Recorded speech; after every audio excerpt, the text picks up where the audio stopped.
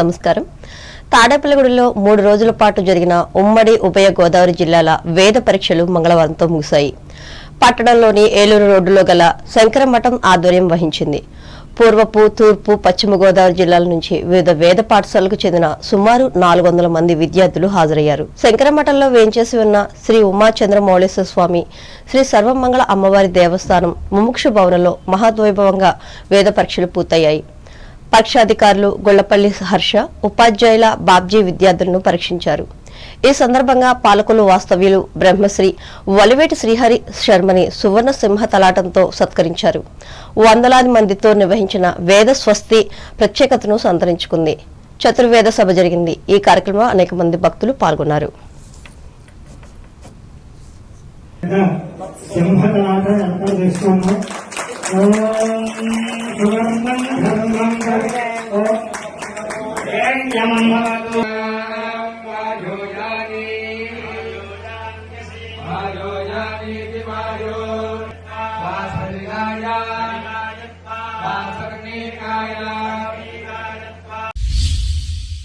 తూర్పుగోదావరి జిల్లా వార్తలు.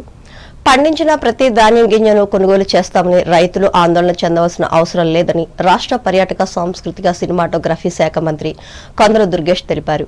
తూర్పుగోదావరి జిల్లా నిడదవోలు క్యాంపు కార్యాలయంలో మంగళవారం ఆయన విలేకరుల సమావేశంలో మాట్లాడుతూ తేమ శాతం ఎంత ఉన్న ధాన్యం కొనుగోలు చేస్తామని అన్నారు.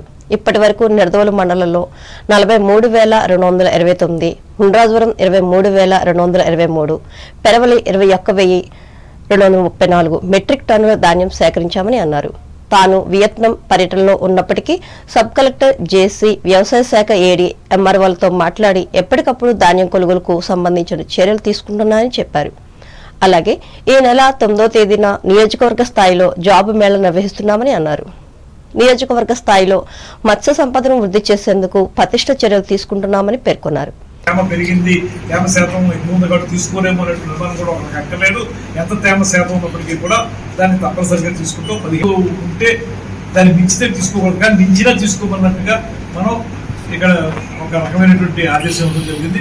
ఆ ఇబ్బంది కూడా రైతులు లేదు సార్. గత ప్రకారం అందులో ఇప్పుడు మనకి మళ్ళీ నిడదవోలు మండలానికి ఇంకో 4,000 మెట్రిక్ టన్నులు, అదేవిధంగా మిగతా ఒక 1000 వరకు ఉండ్రాజవరం, పెరవలి మండలాలకు కూడా సేకరించడానికి రమారం ఒక 5,000 మెట్రిక్ టన్నులు సేకరించడానికి ఇప్పటికే ఒక నిర్ణయం జరిగింది. జేసీ గారు, సబ్ కలెక్టర్ గారు ఆ విషయంలో ఒక ఆలోచన చేశారు. అయితే అందువల్ల ఖచ్చితంగా ప్రతి రైతు పండించిన ధాన్యాన్ని సేకరించడానికి మేము సిద్ధంగానే ఉన్నాం. కానీ దీన్ని కొంత ఒక ఫేజ్డ్ మేనర్లో చేయాల్సి ఉంటుంది. అదే గతంలో ఏనాడు కూడా మీరు సేకరించిన ధాన్యానికి 2 నెలలైనా 3 నెలలైనా కూడా మోక్షం లేనటువంటి సందర్భాన్ని మీరు చూశారు. ఇవాళ ఈ ప్రభుత్వం రైతుకి అండగా నిలబడాలనేటువంటి ఉద్దేశంతో 100% ధాన్యాన్ని సేకరించడం మాత్రమే కాకుండా 6 గంటల నుంచి 2 రోజుల లోపల మీకు పూర్తి స్థాయిలో మీ ఖాతాల్లోకి డబ్బు వేసేటువంటి కార్యక్రమాన్ని కూడా మనం చేపడతా ఉన్నాం. మత్స్యశాఖ ప్రతిపాదనలో ఇవ్వడం జరిగింది. వివిధ రకాల స్కీమ్ వాళ్ళకి ఈ మన చేప పిల్లలు వేసుకునేది కానీ, వాళ్ళకి అమ్ముకోవడానికి మోటార్ బైకులు కానీ, ఇతర అటువంటి. ఈ సమావేశంలో ఆర్డీఓ కె రాణి సుస్మిత, ఏఎస్ఓ ఎం నాగాంజనేయులు, వ్యవసాయ శాఖ ఏడీ పి చంద్రశేఖర్లు పాల్గొన్నారు.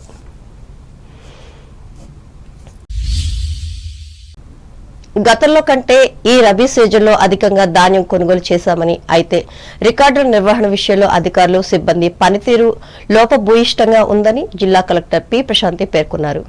రాజమహేంద్రవరం కలెక్టర్ క్యాంపు కార్యాలయంలో ధాన్యం సేకరణపై సమన్వయ శాఖల అధికారులతో జిల్లా జాయింట్ కలెక్టర్ ఎస్ చిన్నరాముడితో కలిసి మంగళవారం కలెక్టర్ సమీక్షించి మాట్లాడారు.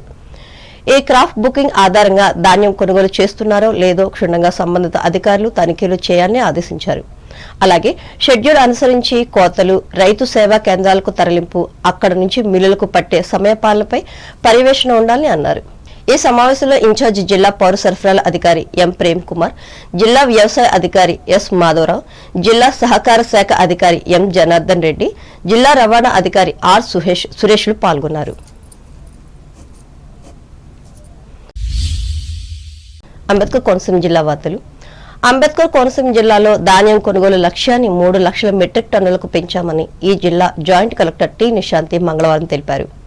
ఈ మేరకు అమలాపురం కలెక్టరేట్లో ఏర్పాటు చేసిన విలేకరుల సమావేశంలో ఆమె వివరాలను వెల్లడించారు.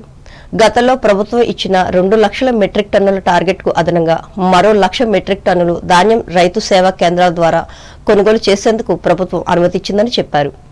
దీనిలో 40,000 మెట్రిక్ టన్నులు బాయిల్ రైసు, 60,000 మెట్రిక్ టన్నులు రా రైసు సేకరించాలని లక్ష్యంగా నిర్దేశించాలని అన్నారు. ఇప్పటి వరకు జిల్లాలో 1,02,000 మెట్రిక్ టన్నుల ధాన్యాన్ని కొనుగోలు కేంద్రాల ద్వారా సేకరించి 24 గంటల లోపు ధాన్యం సొమ్ములు రైతు ఖాతాకు జమ చేశామని చెప్పారు. 3 సిలిండర్ ఉచితంగా ఇవ్వడం జరుగుతుంది. 3 months వన్స్ ఒక సిలిండర్ బుక్ చేసుకోవచ్చు. అలాగే ఇది సెకండ్ ఫేజ్ లో కూడా ఇప్పుడు దాకా 30 lakh సిలిండర్స్ రాష్ట్రం మొత్తానికి కూడా ఇవ్వడం జరిగింది. అందరూ ఆనరబుల్ ఎమ్మెల్యేస్, పబ్లిక్ రిప్రజెంటేటివ్స్తో ఇది కోరడం ఏమంటే ఎప్పుడు కూడా ఆఫీసర్స్ కూడా ఎక్కడ వెళ్ళినా, ఏ మండలికి వెళ్ళినా ఎక్కడో ఒక చోట ఫ్రీ సిలిండర్ ఇవ్వడం జరుగుతుంది. సో అది చాలా మంచి పబ్లిసిటీ ఇవ్వాలి. ఇది ఎందుకంటే మంచి పథకం కాబట్టి అదందరికీ కూడా ఇది తెలియచేయాలి. ఎవరికైనా ఎందుకు దీపం 2 పథకం రాలేదు అని ఎందుకైనా రీజన్ వాళ్ళకి రిజెక్ట్ అయి ఉంటే వాళ్ళ ఆధార్ నంబర్ ఇస్తే అదికైనా కారణాలు కూడా మేము తెలియజేస్తాం. అండ్ శీఘ్రంగా ఒక IVRS పోర్టల్ కూడా వస్తుంది. అందులో ఏ ప్రజలకైనా ఏమైనా ఇబ్బంది ఉంటే ఆ IVRSలో వాళ్ళ నంబర్ ఫీడ్ చేస్తే వాళ్ళకి ఏమి దీపం 2లో ఎందుకు రాలేదు, డబ్బు పడలేదా, లేకపోతే దీపం 2 వాళ్ళకి పథకం రాలేదా అన్న కూడా విషయాలు తెలుసుకోవచ్చు. అండ్ దీపం 2 పథకంలో ఇప్పుడు దాకా చాలా మంది బెనిఫిట్ పొందారు. ఈ కార్యక్రమంలో జిల్లా పౌర సరఫరాల అధికారి ఏ ఉదయ భాస్కర్, జిల్లా మేనేజర్ ఎం బాలసరస్వతులు పాల్గొన్నారు.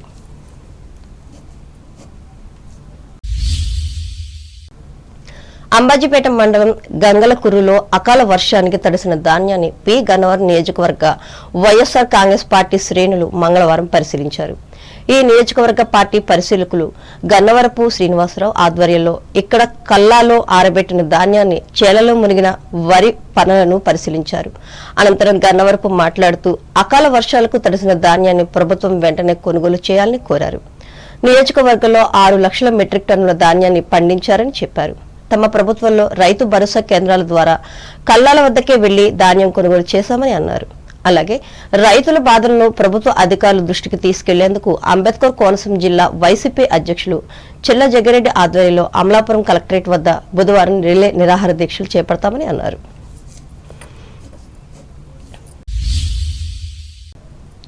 కొత్తపేట మండలం వానపల్లి గ్రామంలో వేంచేసి ఉన్న పళ్ళాలమ్మ అమ్మవారి జాతర మహోత్సవ గోడ పత్రికను కొత్తపేట ఎమ్మెల్యే బండారు సత్యానందరావు మంగళవారం ఆవిష్కరించారు.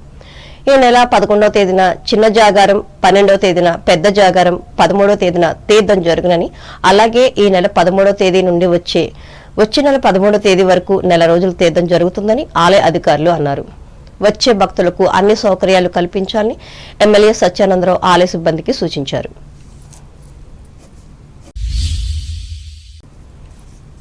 ఏలూరు జిల్లా వార్తలు. ఎన్డీఏ కూటమి ప్రభుత్వ హయాంలో ముఖ్యమంత్రి చంద్రబాబు నాయుడు సారథ్యంలో పోలవరం ప్రాజెక్టు నిర్మాణ పనులు అత్యంత వేగంగా జరుగుతున్నాయని రాష్ట్ర జల వనరుల శాఖ మంత్రి నిమ్మల రామానాయుడు తెలిపారు. ఏలూరు జిల్లాలోని పోలవరం ప్రాజెక్టును మంగళవారం రామానాయుడు సందర్శించారు. Buttress dam, gap to diaphragm wall నిర్మాణ పనులు జరుగుతున్న తీరును నేరుగా పరిశీలించారు.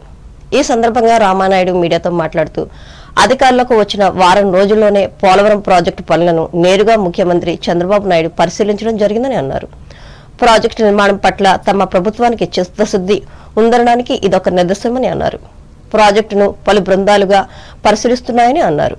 గ్యాప్ 1, గ్యాప్ 2తో పాటు మిగిలిన పనులకు సంబంధించిన డిజైన్లకు త్వరితగతిన అనుమతులు ఇస్తే అనుకున్న సమయానికి ప్రాజెక్టు పూర్తి చేస్తామని అన్నారు.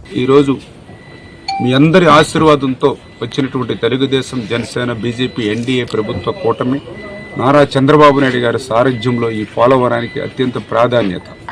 ఎందుకంటే ఆ రోజు 14-19లో 72% పోలవరాన్ని పూర్తి చేసినటువంటి ముఖ్యమంత్రి చంద్రబాబు నాయుడు గారు మళ్ళీ ఈరోజు అధికారంలోకి వచ్చిన తర్వాత ఆయన ప్రమాణ స్వీకారం చేసినటువంటి తర్వాత మొదటి వారంలోనే మొదటి క్షేత్ర పర్యటన పోలవరం తీసుకున్నారనంటే దీని మీద ఆయనకున్నటువంటి ప్రాధాన్యత, ప్రత్యేకత ఏంటనేది మనందరికీ కూడా అర్థమవుతున్నటువంటి పరిస్థితి. మొదటిసారి పోలవరం ప్రాజెక్టు ఇక్కడ ఏ రకంగా విధ్వంసం అయిందో స్వయంగా ఆయనే గమనించడం జరిగింది. రెండవసారి వచ్చినప్పుడు ఒక షెడ్యూల్ని కూడా ఆయనే చాలా క్లియర్గా అనౌన్స్మెంట్ కూడా చేయడం చేసినటువంటి పరిస్థితి. మూడవసారి విజిట్ చేసినప్పుడు ఆ యొక్క షెడ్యూల్ ప్రకారం పనులన్నీ కూడా జరుగుతున్నాయా లేదని క్షేత్రస్థాయిలో పర్యటన చేసి ఇక్కడే రివ్యూస్ చేసి ఆ అధికారులకి ఆ ఏజెన్సీలకు కూడా సూచనలు ఇచ్చినటువంటి పరిస్థితి కూడా మీ అందరికీ కూడా తెలుస్తున్నటువంటి విషయం. మరి ఇప్పుడు కూడా ఏదైతే ఈ యొక్క international panel experts CWC, PPA, అఫ్రీ, అదేవిధంగా మన అధికారులు అందరూ కూడా ఒక 5 రోజులు నిన్న 4వ తేదీ నుంచి 8వ తేదీ వరకు కూడా ఈ పోలవరం ప్రాజెక్టు యొక్క ప్రోగ్రెస్, అదేవిధంగా పోలవరం ప్రాజెక్టు నిర్మాణంలో ఇంకా ఏవైతే డిజైన్స్ ఏవైతే ఉన్నాయో అవన్నీ కూడా అప్రూవల్ ఇచ్చేటువంటి విషయంలో కానీ అందులో కూడా పర్టికులర్గా గత 2 రోజుల నుంచి రాబోయే 3 రోజుల్లో కూడా ఇంకా డిజైన్స్ ఏవైతే పోలవరం ప్రాజెక్టుకి బ్యాలెన్స్ ఉన్నాయో వాటన్నిటి మీద కూడా నిర్ణయాలు తీసుకునేటువంటి అవకాశం ఉంది. ఈ కార్యక్రమంలో స్థానిక శాసనసభ్యులు చిర్రి బాలరాజు, ట్రైకార్ చైర్మన్ వరగం శ్రీనివాసులు పాల్గొన్నారు.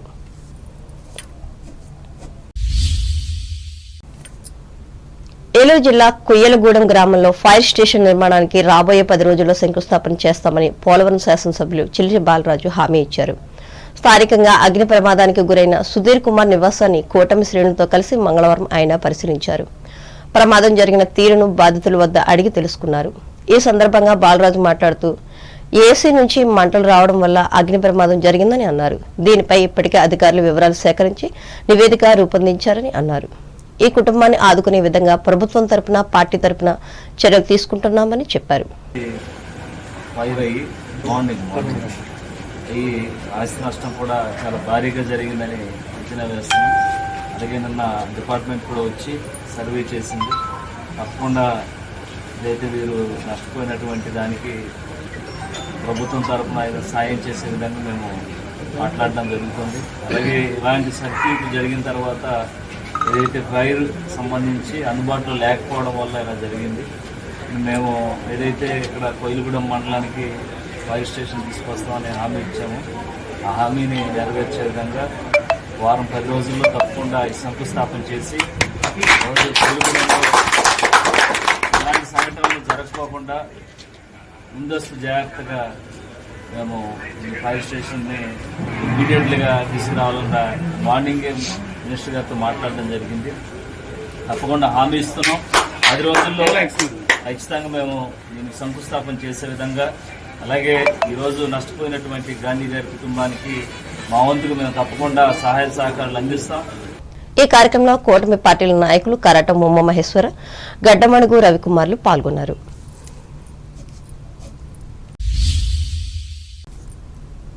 జాతీయ రహదారిపై ప్రమాదాలకు గల కారణాలను విశ్లేషించి వాటి నియంత్రణకు అధికారులు వెంటనే కార్యాచరణ ప్రణాళిక రూపొందించాలని రాష్ట్ర గృహ నిర్మాణ, సమాచార, పౌర సంబంధాల శాఖ మంత్రి కొలుసు పార్థసారథి అధికారులను ఆదేశించారు.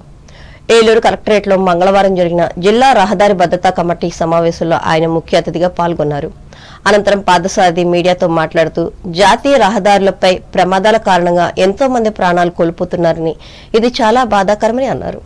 రహదారి ప్రమాద రహిత జిల్లాగా తీర్చిదిద్దేందుకు ప్రతి ఒక్కరూ కలిసి రావాలని పిలుపునిచ్చారు. అలాగే జాతీయ రహదారులపై అనుమతులు లేకుండా ఏర్పాటు చేసే హోటల్స్పై చర్యలు తీసుకోవాలని పేర్కొన్నారు. తొలుత జాతీయ రహదారిపై ప్రమాదాలు జరిగే బ్లాక్ స్పాట్లను ఆయన పరిశీలించారు.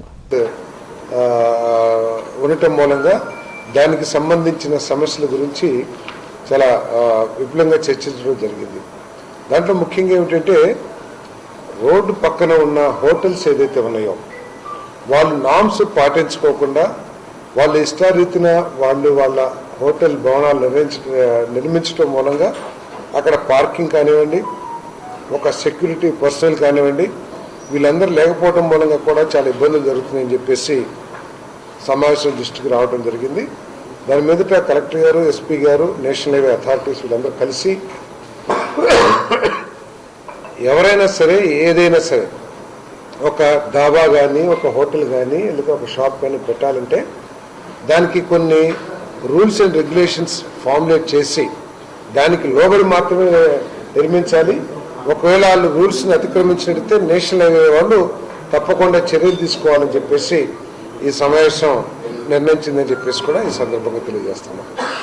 అదేవిధంగా ఈ రోడ్డు నిర్మాణంలో కానివ్వండి, రోడ్డు డిజైనింగ్లో కానివ్వండి కొన్ని సమస్యలు రావడం మూలంగా ఈ స్పీడ్లో వెళ్ళే వెహికల్స్కి చాలా సమస్యలు వస్తున్నాయి. ఆ సమస్యలు యాక్సిడెంట్స్గా ఇదవుతున్నాయి కాబట్టి దాని మీద ఇమ్మీడియట్గా నిర్మాణ పనులు చేయాల్సిన అవసరం ఉంది. అడ్మినిస్ట్రేషన్ యొక్క లక్ష్యం యాక్సిడెంట్స్ తగ్గించాలి, ప్రాణాపాయం నుంచి ఎవరికి కూడా ప్రాణాలు కోల్పోకూడదు, సౌకర్యవంతమైన సుఖవంతమైన జర్నీ ప్రయాణం ప్రతి ఒక్కరికి కూడా చేయాలి అనే లక్ష్యంతో ఈరోజు సమావేశం జరిగిందని చెప్పేసి మనం చేస్తాము. ఈ సమావేశంలో పార్లమెంట్ సభ్యులు పుట్టా మహేష్ కుమార్, జిల్లా కలెక్టర్ కె వెట్రిసెల్వి, ఎస్పీ కొమ్మి ప్రతాప్ శివకిషోర్, శాసనసభ్యులు బడేటి చంటి, చింతమనేని ప్రభాకర్లు పాల్గొన్నారు. వార్తలు ముగించే ముందు ముఖ్యాంశాలు మరోసారి. అకాల వర్షాలతో తడిచిన ధాన్యాన్ని కొనుగోలు చేయనున్న ప్రభుత్వం, భీమవరంలో ప్రకటించిన రాష్ట్ర మంత్రి నాదెండ్ల. సాంకేతిక పద్ధతులతో సాగు చేయడం ద్వారా తక్కువ ఖర్చుతో ఎక్కువ లాభం పొందొచ్చు. ఉండి మత్స్య పరిశోధన కేంద్రంలో ఆక్వా రైతులకు హితవు పలికిన ఏపీ ఫిషరీస్ ఓఎస్డీ సుగుణ. బాస్కెట్బాల్ క్రీడను ప్రోత్సహించి అభివృద్ధి చేయాలి. తణుకులో క్రీడాకారులకు ఉద్బోధించిన ఎమ్మెల్యే ఆరిమిల్లి. వేరుగా ముఖ్యమంత్రి సహాయ నిధి చెక్కుల పంపిణీ. తణుకులో ప్రపంచ ఆస్మా దినోత్సవాన్ని నిర్వహించిన సంబంధిత వైద్యశాలలు. ఈ అంశంపై అవగాహన కలిగించిన ప్రముఖ చెస్ట్ వైద్య నిపుణులు సత్యనారాయణరాజు. చట్టాలపై అవగాహన పెంచుకోవడం ద్వారా సమాజ అభివృద్ధి. ప్రైవేటు ఉద్యోగులకు సూచించిన తణుకు కోర్టు న్యాయమూర్తి పోతర్లంక. తాడేపల్లిగూడెంలో ప్రశాంతంగా ముగిసిన ఏపీ ఈసెట్ పరీక్షలు. 375 మంది హాజరైన విద్యార్థులు. పండించిన ప్రతి ధాన్యం గింజను ఖాయంగా కొనుగోలు చేస్తాం. నిడదవోలులో రైతులకు భరోసా ఇచ్చిన రాష్ట్ర మంత్రి కందుల. అంబేద్కర్ కోనసీమ జిల్లాలో ధాన్యం కొనుగోలు లక్ష్యాన్ని పెంచిన ప్రభుత్వం. అమలాపురంలో వెల్లడించిన జిల్లా జాయింట్ కలెక్టర్ నిశాంతి. అంబాజీపేట మండలంలో తడిసిన ధాన్యాన్ని పరిశీలించిన పి గన్నవరం నియోజకవర్గ వైఎస్ఆర్ కాంగ్రెస్ పార్టీ నాయకులు. సమస్యలను విన్నవించుకున్న రైతులు. వానపల్లి గ్రామ పల్లాలమ్మ అమ్మవారి జాతర మహోత్సవ గోడ పత్రికను ఆవిష్కరించిన కొత్తపేట ఎమ్మెల్యే బండారు. ముఖ్యమంత్రి చంద్రబాబు నాయుడు ఆధ్వర్యంలో శరవేగంగా సాగుతున్న పోలవరం ప్రాజెక్టు పనులు స్పష్టం చేసిన రాష్ట్ర మంత్రి డాక్టర్ నిమ్మల. ఈ వార్తలు ఇంతటితో సమాప్తం. నమస్కారం.